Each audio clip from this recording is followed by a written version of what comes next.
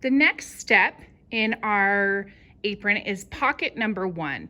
So this is the pocket, it was piece number 1, and the instructions tell me to do a basting stitch at 1 inch. So I'm going, at a basting stitch, I'm going to drop my stitch length to 5, and when I'm doing it at 1 inch, my inch line is the very last one right here.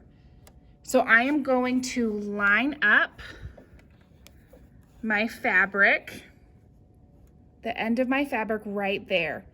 Now I do not backstitch whenever I am basting, because a basting stitch is a stitch that we pull out. So I'm not going to backstitch on this.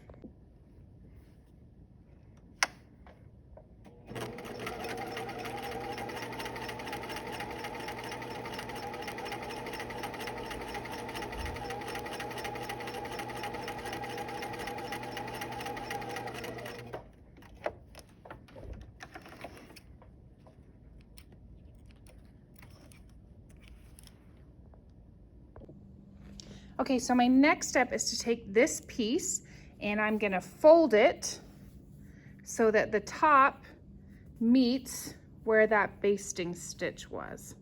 So I'm gonna do that and iron it.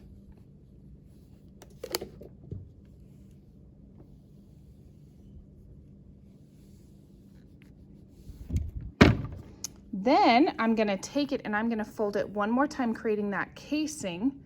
This time I'm folding it so that that basting stitch that we just did is right on the top.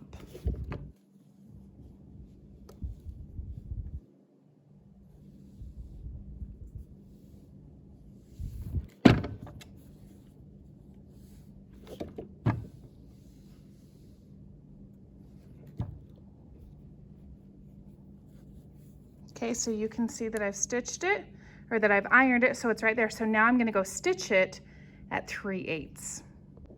Now just a quick reminder before I stitch it at 3/8. This is a permanent stitch, so I don't wanna do a basting stitch anymore. So I'm gonna move this to 2.5, regulation stitch.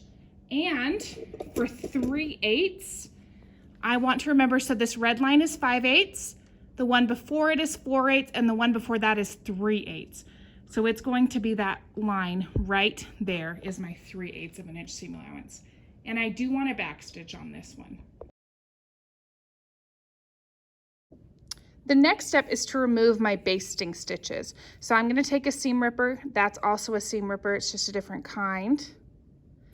And I'm gonna use the pointy edge to pull my threads.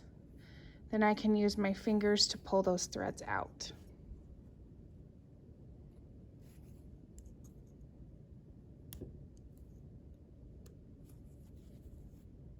So I'm gonna get rid of all my stitches.